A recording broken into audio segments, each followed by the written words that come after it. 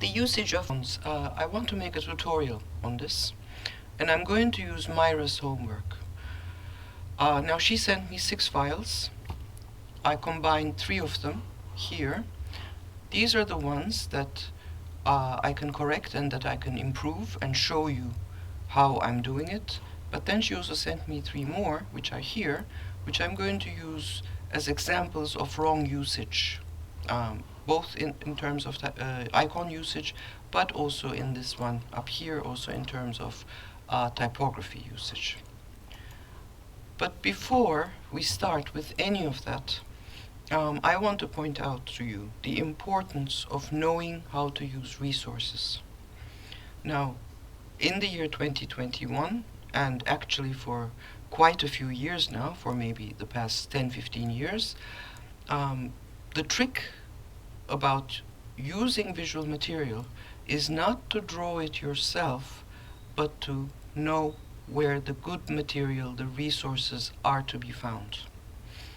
So, and I'm saying this as someone who can actually draw and paint herself.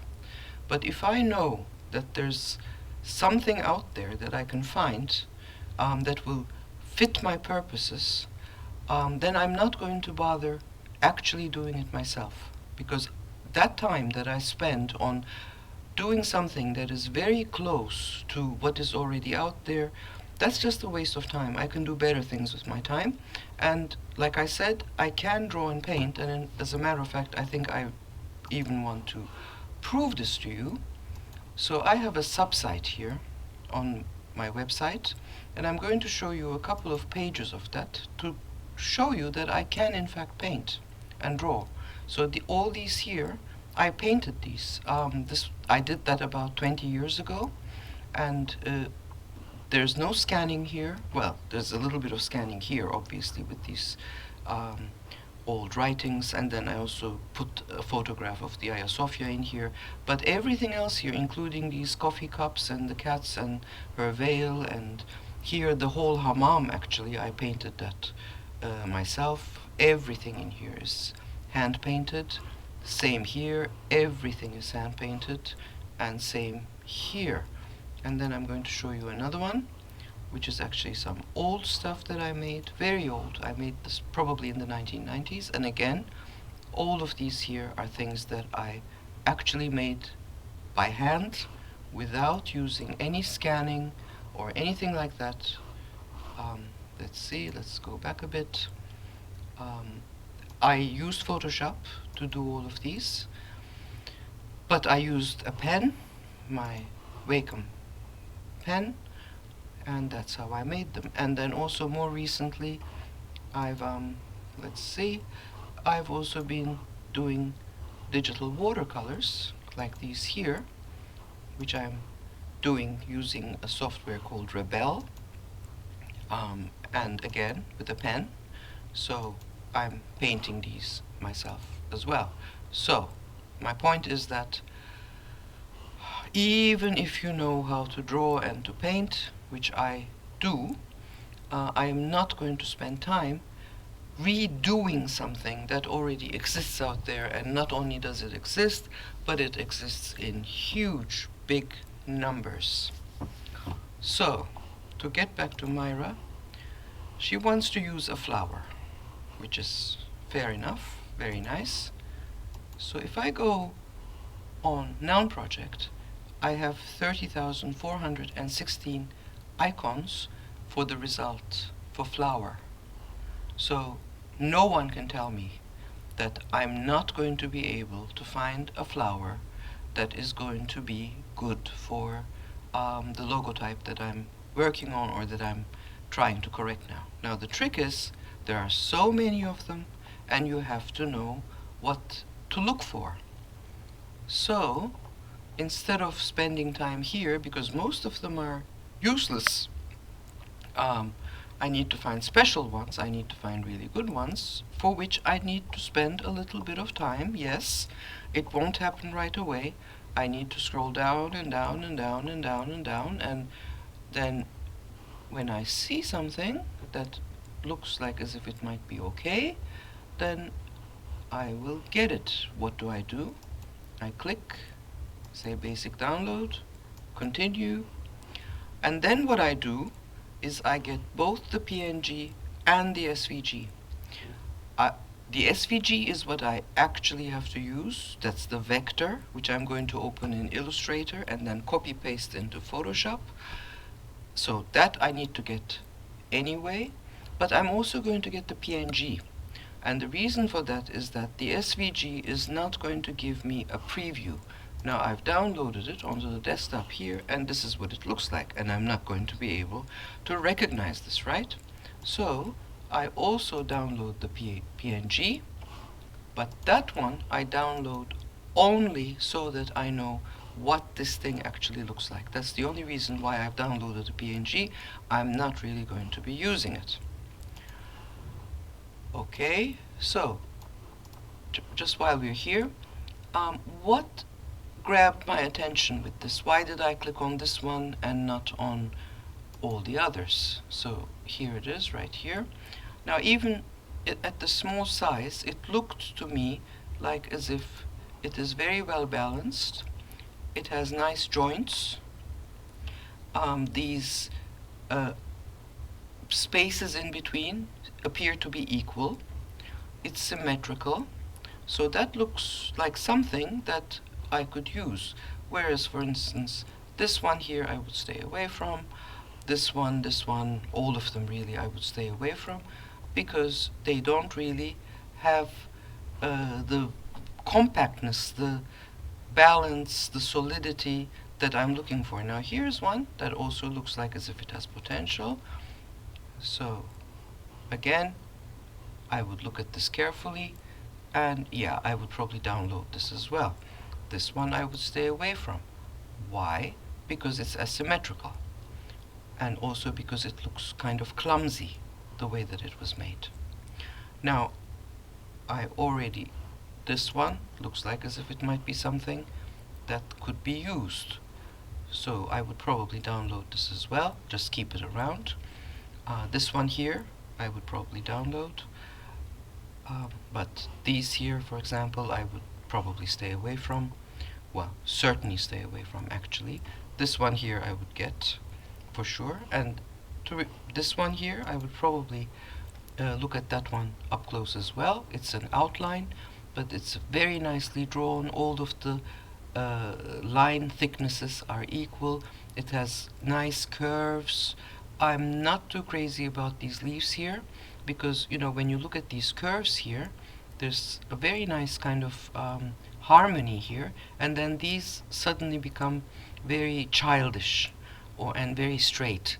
So upon closer look, I don't think I would get this. I would take a close look at it, and then I would probably say, no, this is not for me.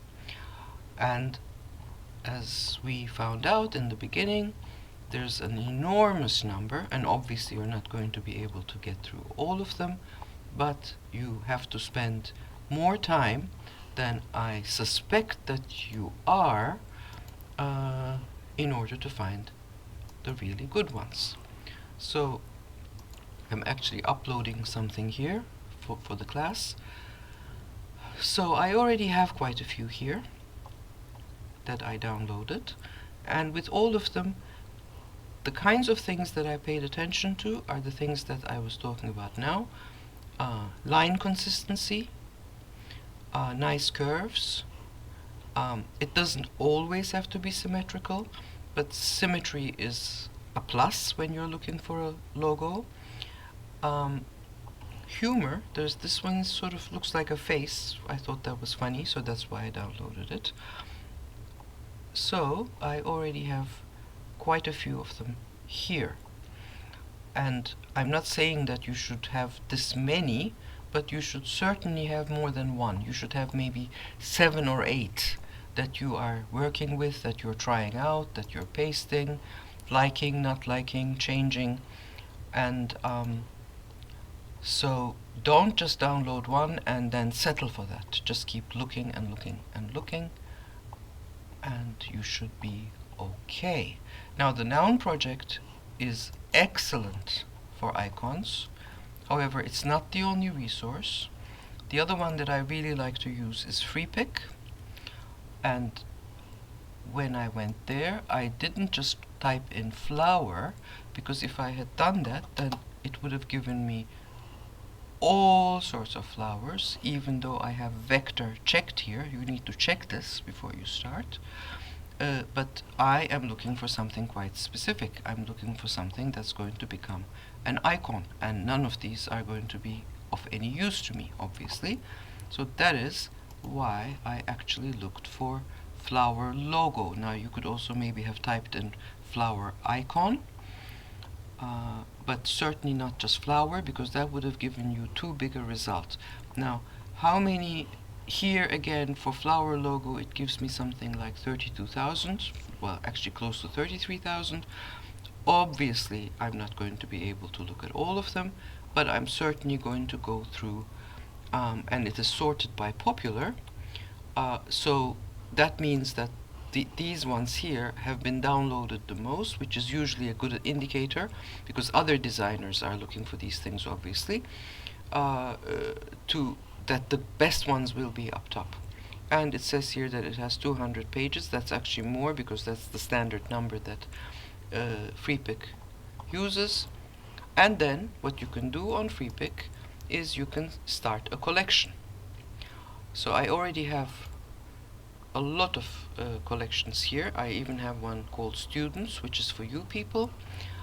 So what you should do is you should, when you like something, let's see, am I liking something here? I already have quite a few of these collected, but let's say this rose logo, that looks kind of nice. Or let's go to the next page.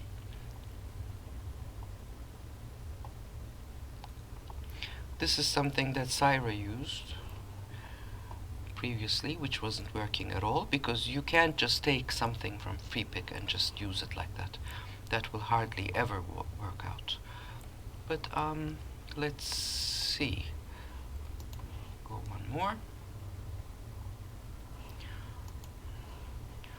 So this is already collected, so it's not going to be any use.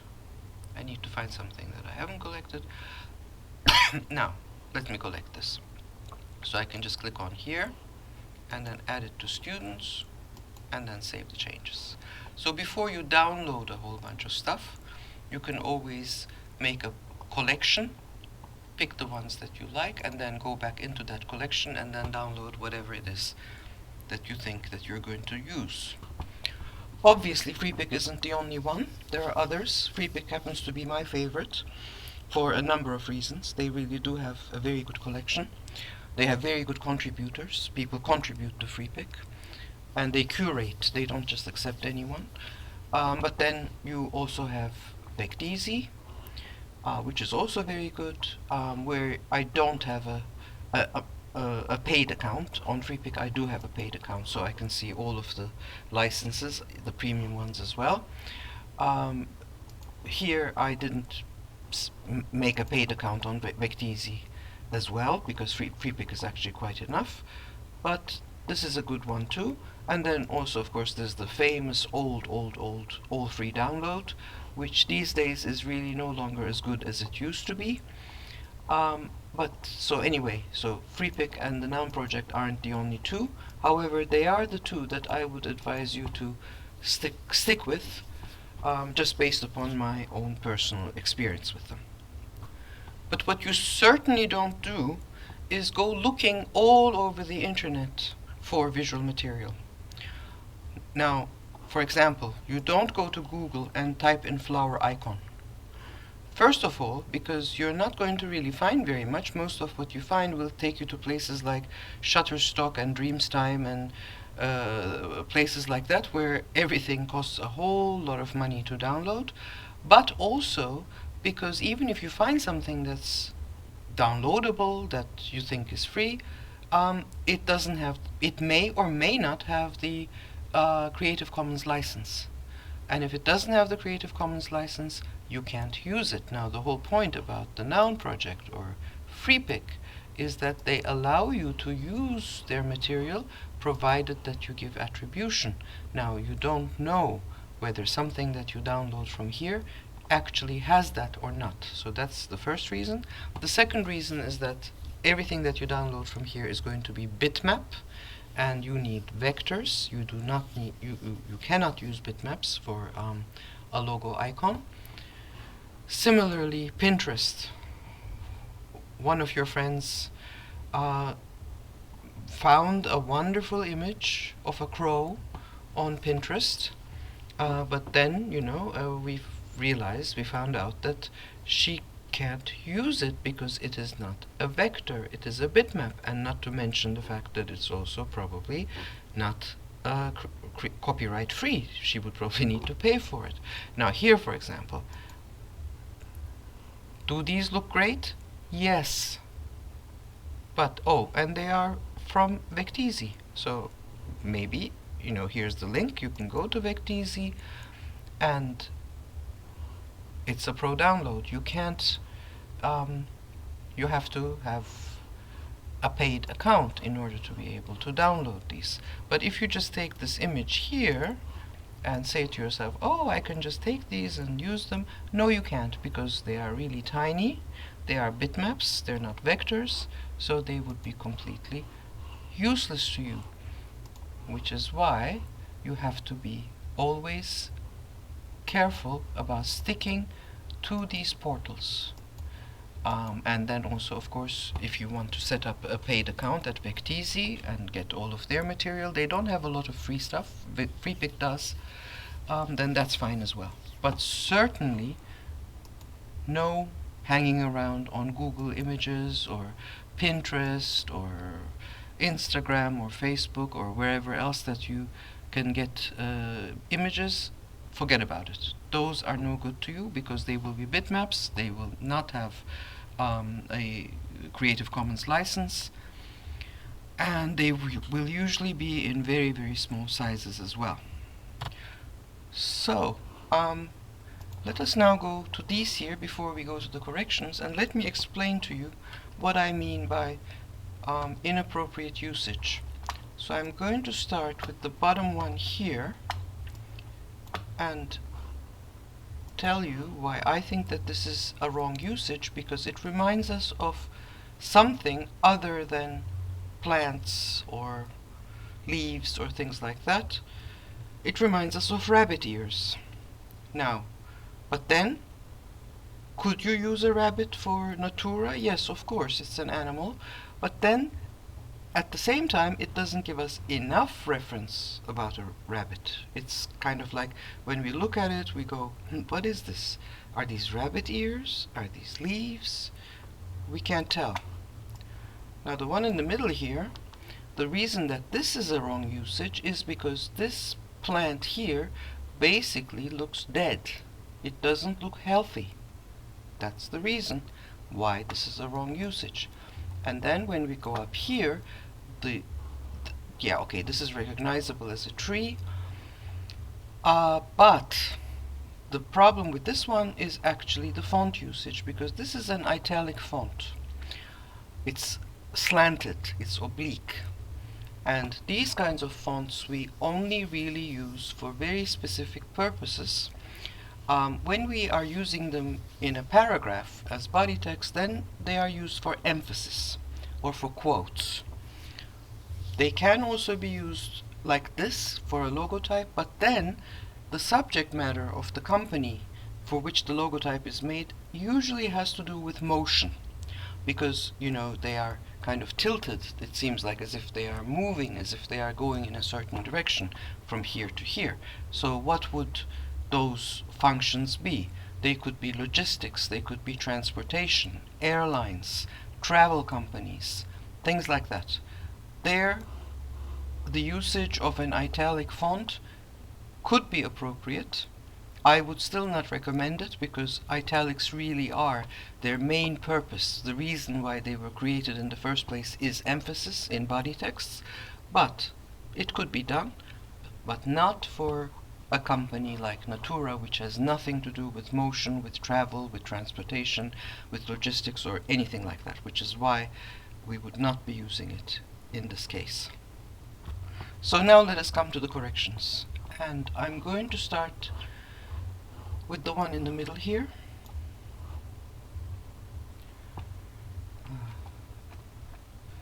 Let me actually make this 100%. Is this too big? Yes, it is. Okay, let's stick with 50. Now what she wants to do here is she wants to center like a round flower icon on top of the word natura. And the first problem here is that because she has a capital letter here and then also the little ascender of the T, the text itself is not symmetrical. So she's going to have a really hard time placing something in the middle here that is not going to look strange because the text starts with a capital letter. So what I would do, the first thing I would do is I would actually make this all caps. So let's see, I think this is a bit too small. Too big, sorry, rather. Let me just bring this in. So when she makes it all caps, then it's going to be much easier to center something here because everything is the same height. So that would be the very first thing that she needs to take a look at. The second thing is that now here we have a straight line, right? It's the top line. So a round shape here is going to be problematic. What she probably needs is something, hold on, where's my drive, that is like this, that has a flatter bottom. So that the flatter bottom, or let's see, what else, like this here, or this, so that the flat bottom of the icon, or the flattened rather, or this here for example, icon then fits nicely, snugly on top of the text here, because here the round shape is not going to work. Now this is not the only thing that is wrong with this icon. So it's a very clumsy kind of drawing. It's not symmetrical for sure, but then at the same time it's not really asymmetrical either. It just looks badly drawn, quite frankly. So I've actually got this, which is also a round icon, but it's a very clean one. So if I put this on top of here, is this working? Well, no, not really. For the reason that I said, we have the straight line here, but then we have this roundness here. Now if I were to make it really small, it might work.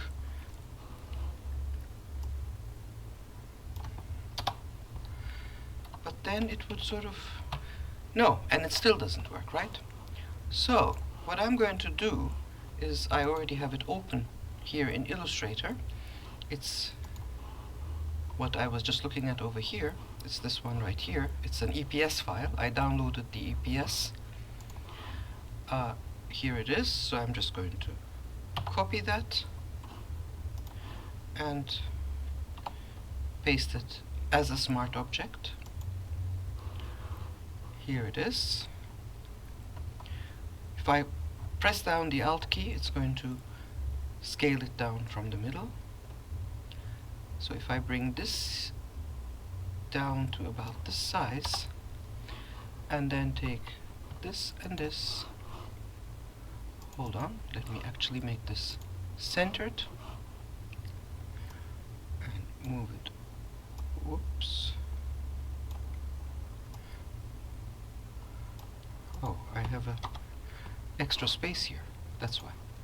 So now I can just center it like that. And since we are working in black and white, what I would do is I would either put a color overlay on this, or I would just use a smart filter and I would reduce the saturation and also probably reduce the lightness. And let's see, I think it can become a little bit, when I try to transform it, it'll go back to its original state. So, but I don't think we're done yet. I think what it would also need is a separator. So let's do that.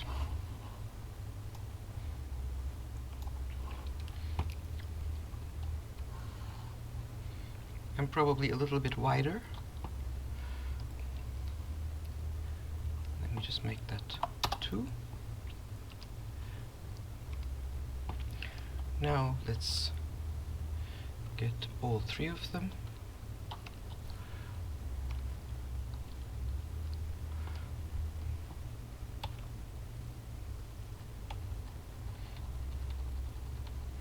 Bring this down to here and bring this down so that the space is about the same. Bring this up, and now if we go back in the history, I think we were here and we arrived here, and this is working better. So what did I do? I made this all caps. That was important so that I can actually create a centered, symmetrical system, because if it's not all caps, let me just go back. See, now it's tilting to the left, because on the left we have the uppercase letter, which we don't have in the rest. So it works better like that. However, there's other things that we could probably do with this as well. Is this exactly the correct weight for this? This is light. Would thin maybe work better?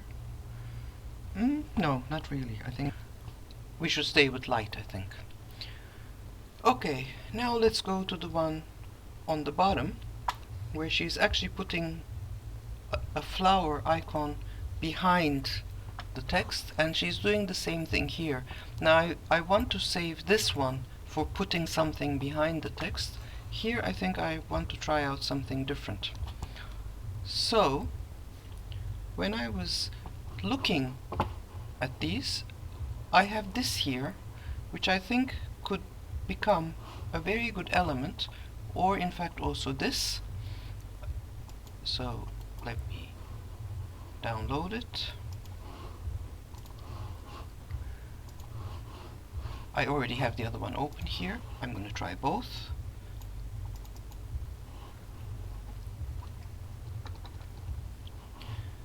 So let me grab this one too. Remember what I was saying to you earlier, always work with more than just one thing. And here's the other one, so let's get this one too. This is huge, so I need to make it smaller. Now let's close this, and really what I just want to do is I just want to get rid of the ooh, and then see if I can maybe, let's see, let me open it one more. This is the one, right?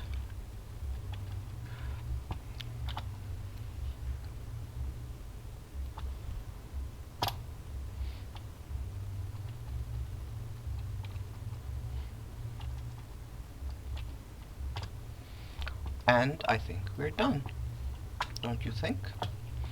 Now what we could look at is she has the kerning at 0, from which I can tell that she hasn't really looked at this, because usually when people end up playing with the kerning, this value is something a little bit different than 0. But let me actually see if a tightened kerning is not going to work better with this text, because it's a light font. So if I just move this here and then just hold down the Alt key and open this up just a bit more, bring this in, open this, and then move the tulip over, then I think we actually have ourselves a very nice little logotype. So that would be the one on the bottom taken care of. And now let's finally get to the one up top, where she has the icon behind the word.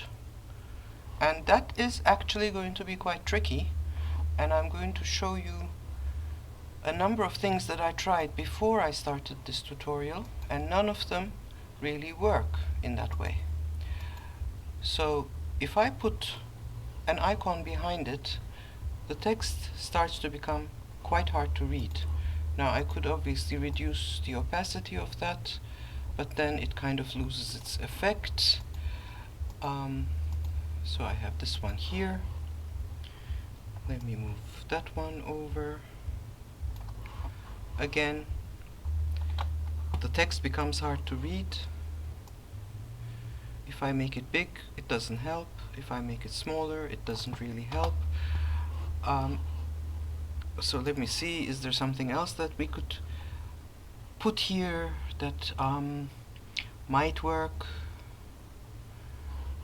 Like maybe this here, I don't know.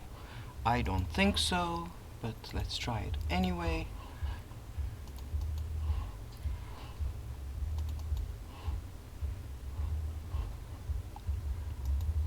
Well, where is it? Ah, it's right here.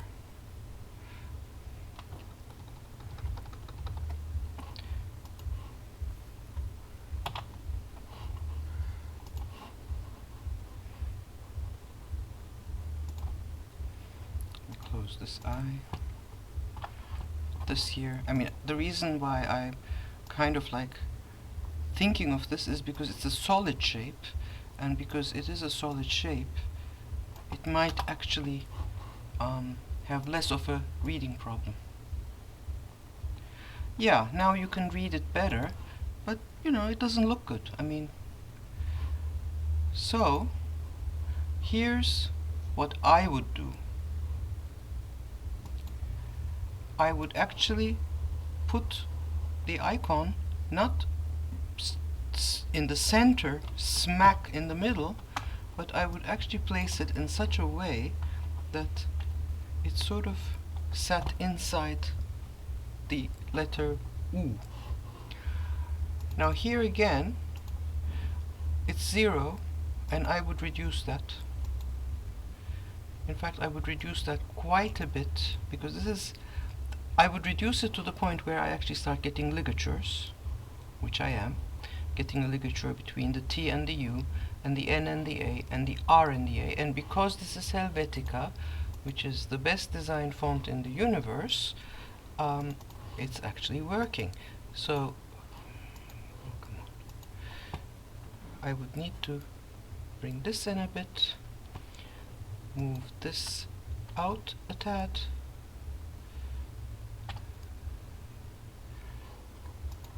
just bring this in some more, and then make this smaller.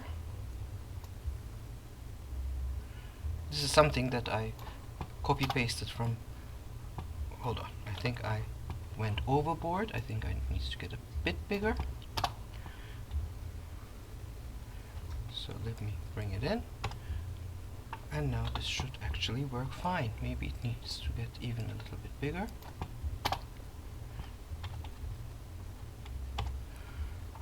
And now I think this works very nicely as a logotype. Now I have some others here as well. So let's try it with this one here. Again, I would put this inside the U, and then I would increase the opacity.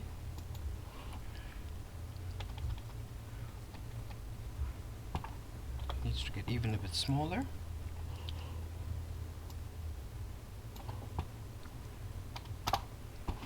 This has a smart filter, and I think I'm going to just get rid of that. So we now have ourselves a nice little dandelion. Then I have this one here, which I really don't like, and then I have this one here, where I'm going to try the same thing, because that letter U seems to me to be quite a perfect place to put something.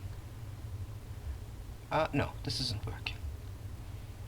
What I would do if I wanted to use this one, I would just stop the obsession with trying to put it in the back, and I would put it on the side, where I think it will work actually very, very nicely. So where is it? Right here.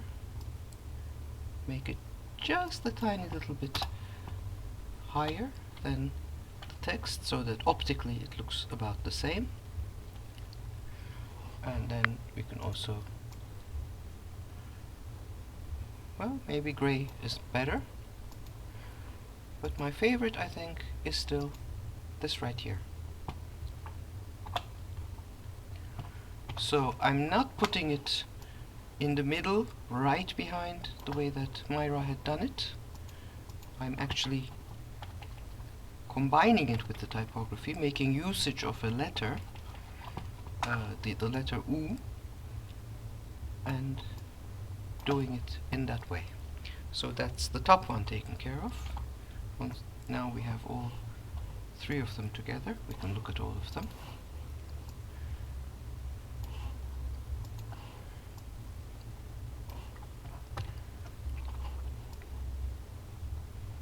And here they are.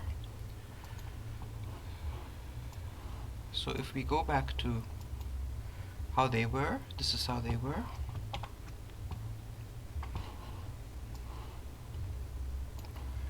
And this is what they ended up becoming.